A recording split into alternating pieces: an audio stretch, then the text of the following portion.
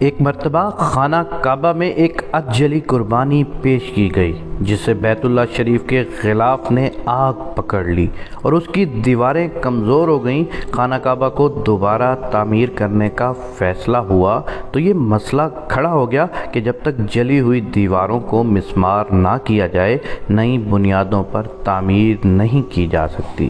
مکہ کے تمام سردار اور بڑے بڑے امراء اور رؤساء جمع ہوئے کہ خانہ کعبہ کو دوبارہ تعمیر کرنا ہے، لیکن کسی ایک آدمی میں بھی اتنی ہمت اور جرأت نہیں ہوئی کہ وہ خانہ کعبہ کی دیوار کو منہدم کر سکے۔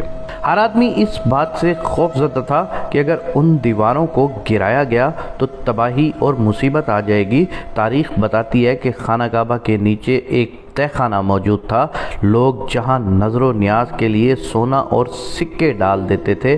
لوگوں نے یہ بھی دیکھا کہ زر و جواہرات کے ڈھیر پر ایک بہت بڑا اژدہا بیٹھا رہتا ہے۔ مشہور ہے کہ جہاں سونا اور خزانہ ہو وہاں اژدہا آ جاتا ہے۔ خانہ کعبہ میں آگ اور دیوار گرانے سے وہ اژدہا باہر آ کر بیٹھ گیا۔ اب اس اژدہا کو مارنے کے لیے خوف و ہراس پھیل گیا کہ اگر اس اژدہا کو مارا گیا تو عذاب آ جائے گا۔ اژدہا اسی لیے زندہ ہے کہ اللہ تعالیٰ خانہ کعبہ کی دوبارہ تعمیر نہیں چاہتے۔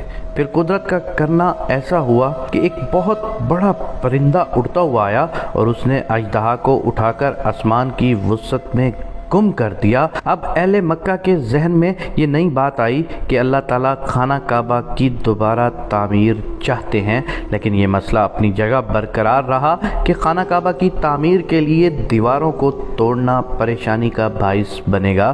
پھر ایک بزرگ آگے بڑھے اور بہت محتاط انداز میں خانہ کعبہ کی دیوار پر کدال کی 2-3 ضربیں لگائیں اور واپس آ کر کہا کہ اب ہمیں انتظار کرنا چاہیے کہ اللہ تعالیٰ اپنے گھر کو گرانے سے ناراض ہوتے ہیں یا اللہ تعالیٰ چاہتے ہیں کہ اس کا گھر دوبارہ بنایا جائے۔ رات بھر انتظار کیا گیا اور ایسا کوئی واقعہ رونما نہیں ہوا۔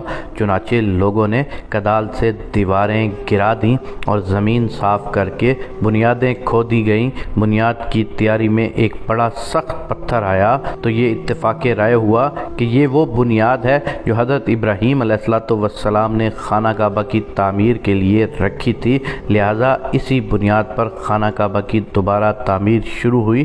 جب خانہ کعبہ کی دیواریں کھڑی ہو گئیں اور تعمیر مکمل ہو گئی تو یہ مسئلہ درپیش ہوا کہ اب دیوار میں حجر اسود کون رکھے۔ قبیلوں کی برتری سامنے آ گئی۔ ہر قبیلہ یہ چاہتا تھا کہ حجر اسود رکھنے کی سعادت اسے حاصل ہو۔ اس پر تنازع کھڑا ہو گیا اور تلواریں نیام سے باہر نکل آئیں۔ تب اللہ کے ایک نیک اور بزرگ بندے نے یہ تجویز پیش کی کہ خانہ کعبہ میں خون ریزی اور قتل و غارت گری سے بچنے کے لیے ایسا کریں کہ صبح جو شخص سب سے پہلے خانہ کعبہ میں داخل ہوا اور وہ اس تنازع کا جو بھی فیصلہ کرے سب اس فیصلے کو تسلیم کر لیں۔ یہ تجویز منظور کر لی گئی۔